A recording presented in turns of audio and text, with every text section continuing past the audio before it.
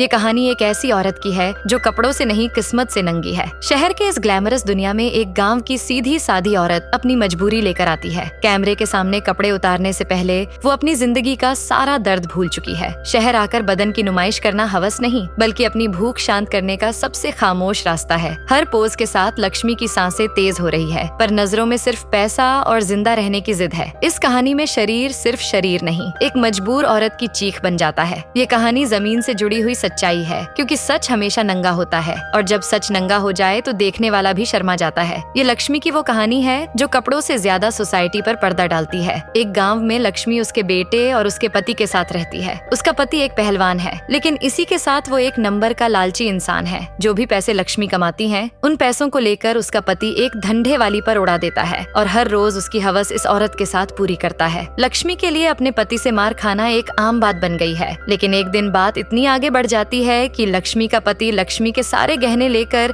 उसकी रखैल औरत को दे देता है। फिर जब इस औरत के घर लक्ष्मी जाकर उसके गहने मांगती है, तब पहलवान बाहर आकर लक्ष्मी को चुप करता है, लेकिन लक्ष्मी उससे लड़ने लगती है, जिससे पहलवान सभी लोगों के सामने लक्ष्मी के मुंह पर ही थूक देता है, जिससे बेचारी लक्ष्मी का दिल पूरी तरह टूट जाता है। इसके बाद क्या था, वो एक डैम के सामने आकर आत्महत्या करने का सोच लेती है। वो कूद भी जाती है, लेकिन उसे स्विमिंग आती थी, इसलिए वो तैरकर बाहर आ जाती है। इतना सब कुछ हो जाने से लक्ष्मी ने ये ठान लिया है कि वो इस गांव में अपने पति के साथ नहीं रहने वाली। वो अपने बेटे को लेकर गांव से दूर उसके मासी देविका के शहर चली आती है। देविका मासी एक आर्ट कॉलेज में साफ सफाई का काम करती है। लक्ष्मी को ये उम्मीद है कि उसकी मासी उसे कोई ना कोई काम दिलवा देगी। देविका मासी लक्ष्मी को बताती है कि मुंबई में किसी से नहीं डरने का कोई बात करे तो आंख से आंख मिलाकर बात करने का समझी। तू लोग मुंबई में बाहर से काम करने के लिए आते हैं, इसलिए औरतों के सीने पर उनकी नजर होती है, लेकिन लक्ष्मी उसके मासी पर किसी भी तरह का कोई बोझ बनना नहीं चाहती है। अगली सुबह लक्ष्मी मुंबई में घूमकर काम ढूंढने लगी है, लेकिन लक्ष्मी की बदकिस्मती ये होती है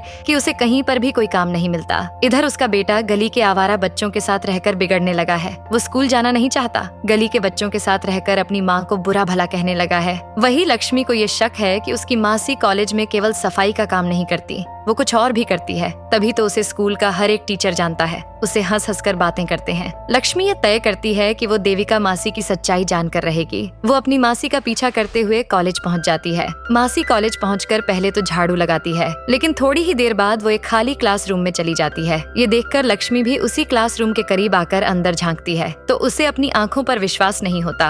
अंदर देविका मासी बिना कपड़ों के बैठी होती है और कई सारे स्टूडेंट उसकी पेंटिंग उतार रहे थे। लक्ष्मी की समझ से ये सारी बातें अनजान थीं। उसे पता नहीं चला कि आखिर ये सब क्या चल रहा है। वो जल्दी से भागकर कॉलेज के बाहर आती है। उसे ये सब बहुत ही गंदा लग रहा था। उसे अपने आप से घिन आ रही थी, लेकिन इसके दूसरे दिन वो अपनी मासी से कहती है, क्या तुझे शर्म नहीं आती है? अपनी इज्जत बेचकर तू अपना पेट भरती है। इस पर मासी गुस्से से कहती है कि तुझे पता है, जब मेरे पति की नौकरी चली गई तब मैं काम मांगने लोगों के पास गई, लेकिन लोग इतने गंदे हैं कि लोगों ने काम नहीं दिया, बल्कि वो तो मेरे साथ उनकी हवस शांत करना चाहते थे। मेरे ऊपर तरस खाकर मेरे एरिया की एक औरत ने मुझे कॉलेज में काम दिलवा दिया। वो स्टूडेंट मेरा नंगापन नहीं देखते हैं, न ही उन्हें मेरे बदन से कोई लेना देना है। उन बच्चों की आंखों में हवस नहीं है, उनके लिए ये एक आर्ट है, उनकी शिक्षा का एक रास्ता है। इसमें कैसी बुराई, और इसके मुझे अच्छे पैसे भी मिलते हैं। तू इतना याद रख, इस बारे में मेरे पति को कुछ पता ना चले। पैसे का नाम सुनकर लक्ष्मी उस काम के बारे में पूछती है। तब मासी कहती है कि उन्हें एक और मॉडल चाहिए। अगर तू चाहे तो मैं तेरे लिए बात करूंगी। जिस काम को कल तक लक्ष्मी गंदा काम समझ रही थी, आज वही काम करने के लिए वो तैयार हो चुकी है। पैसा क्या कुछ नहीं कराता दोस्तों, लेकिन लक्ष्मी जो भी कर रही है वो सिर्फ और सिर्फ अपने बेटे के लिए कर रही है। वो अच्छे पैसे कमाकर अपने बेटे को अच्छे स्कूल में उसका एडमिशन कराना चाहती है। पर पहला दिन उसके लिए काफी अजीब था। शर्म से हालत खराब है, लेकिन यहाँ पर लड़कियां भी होती हैं, जिससे लक्ष्मी को थोड़ी हिम्मत मिलती है। खैर, जैसे तैसे कर पहला दिन निकल जाता है। लक्ष्मी को कुछ काम नहीं करना पड़ा,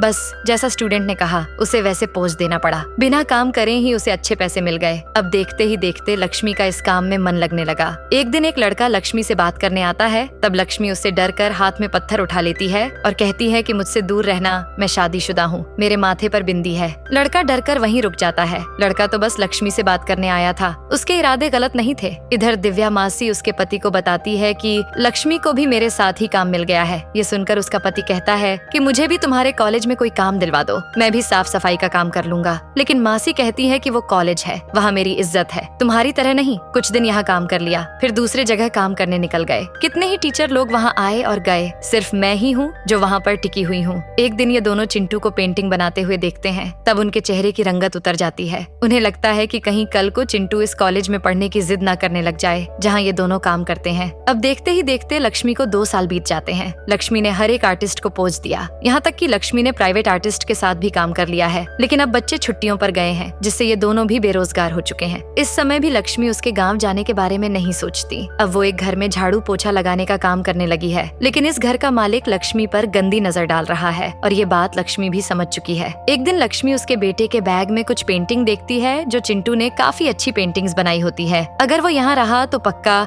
इस आर्ट कॉलेज में एडमिशन की जिद करेगा, जिससे मासी भी परेशान हो जाती है कि कहीं इनका राज बाहर ना आ जाए। इसीलिए ये दोनों तय करते हैं कि चिंटू को दूसरे शहर पढ़ने के लिए भेज देंगे। ये जानकर चिंटू बड़ा परेशान होता है, उसे अपनी माँ के साथ रहना है। चिंटू एरिया में काफी हंगामा करता है, लेकिन आखिरकार उसे दूसरे शहर भेज दिया जाता है। लेकिन इसके बाद जब अपने बेटे की पढ़ाई के लिए लक्ष्मी को और पैसों की जरूरत पड़ती है, तब लक्ष्मी कॉलेज के बाहर भी पोज देने के लिए राजी हो जाती है। इन पेंटिंग्स की कीमत काफी ऊंची है, एक एक पेंटिंग काफी कीमती है। हालांकि बाहर ऐसे प्राइवेट जगह पर पोज देना खतरनाक भी हो सकता है, कुछ भी गलत हो सकता है। एक दिन प्रिंसिपल लक्ष्मी से कहता है कि एक बहुत ही बड़ा आर्टिस्ट जिसका नाम मलिक है, वो भारत आया है और वो एक तुम्हारे जैसी ही मॉडल चाहता है। अगर तुम उसके साथ काम करोगी तो तुम्हें इसके काफी अच्छे पैसे मिलेंगे। लक्ष्मी मलिक के साथ काम करने के लिए तैयार हो जाती है। मलिक लक्ष्मी को पोज देने के लिए कहता है, साथ ही वो लक्ष्मी को बताता है कि तुम पोज देने के दौरान बातें कर सकती हो। लक्ष्मी कहती है, तुम औरतों की बिना कपड़ों की तस्वीर क्यों बनाते हो? मलिक कहता है कि मैंने घोड़े की तस्वीर बनाई, तब किसी ने कुछ नहीं कहा। जब पंछियों की तस्वीर बनाई तब भी सब चुप रहे,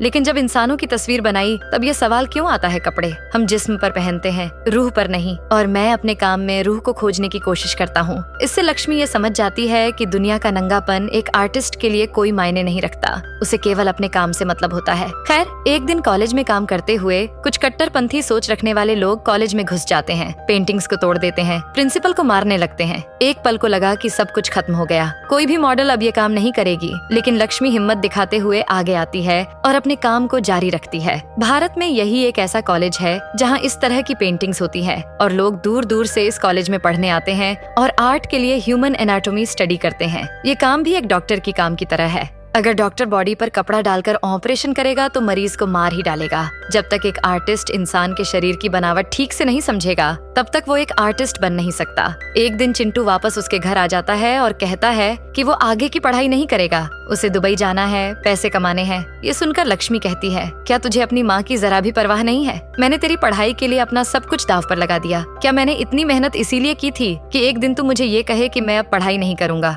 चिंटू कहता है कि मुझे पता है तू कौन सा काम करती है, मेरे दोस्त सलीम ने मुझे बताया है। तू बड़े बड़े गाड़ियों में बैठकर कॉलेज जाती है, एक झाड़ू मारने वाली को कोई अपने कार में क्यों बैठाएगा? चिंटू अपनी ही माँ को एक धंधे वाली औरत समझ रहा था। वो अपनी ही माँ को गालियाँ देता है, उसे कोसता है। लक्ष्मी का दिल फिर से टूट जाता है। उसने जो भी किया वो सिर्फ अपने बेटे के लिए किया, लेकिन बेटे ने एक बार भी उसे समझने की कोशिश नहीं करी, उससे बात करने की कोशिश नहीं करी, बल्कि लक्ष्मी को ही कोसने लगा है। अब आगे काम करने का कोई फायदा नहीं, क्योंकि वो अपनी ही बेटे की नजर में एक गंदी औरत बन चुकी है। इसके बाद लक्ष्मी बहुत ही मायूसी में समंदर किनारे दूर जाने लगती है। उसे पता नहीं कि उसकी मंजिल कहाँ है, उसे कहाँ जाना है, वो बस चली जा रही है। इसके बाद हमें 5 साल बाद का सीन दिखाया जाता है, जहाँ चिंटू मुंबई के ही एक ऑफिस में चपरासी का काम करता है। एक दिन जब वो घर जा रहा था, तभी उसकी नजर एक पोस्टर पर जाती है, जहाँ कॉलेज के आर्ट गैलरी में कुछ पेंटिंग्स का एग्जीबिशन लगा होता है। अपनी हवस शांत करने के लिए जब वो इन पेंटिंग्स को देखकर गर्म हो रहा होता है, तभी उसकी नजर तस्वीर के चेहरे पर जाती है। चेहरा देखकर उसके होश उड़ जाते हैं, चेहरे की रंगत एकदम से बदल जाती है। जिसके बाद चिंटू बहुत हंगामा करता है, यहाँ के इंचार्ज को मारने लगता है। इसी के साथ ये कहानी यहीं पर समाप्त होती है। दोस्तों, अब देखते हैं हमारे एडिटर साहब आपसे क्या कहना चाहते हैं। वेल, जो रास्ता लक्ष्मी ने अपना कर पैसे कमाए और उन पैसों से अपने बेटे को पढ़ाया, फिर बेटे ने जो अपनी माँ के साथ किया वो कितना सही था? कमेंट कर अपनी राय हमें बताएं। मिलते हैं अगली वीडियो में, तब तक के लिए अपना ख्याल रखिएगा दोस्तों।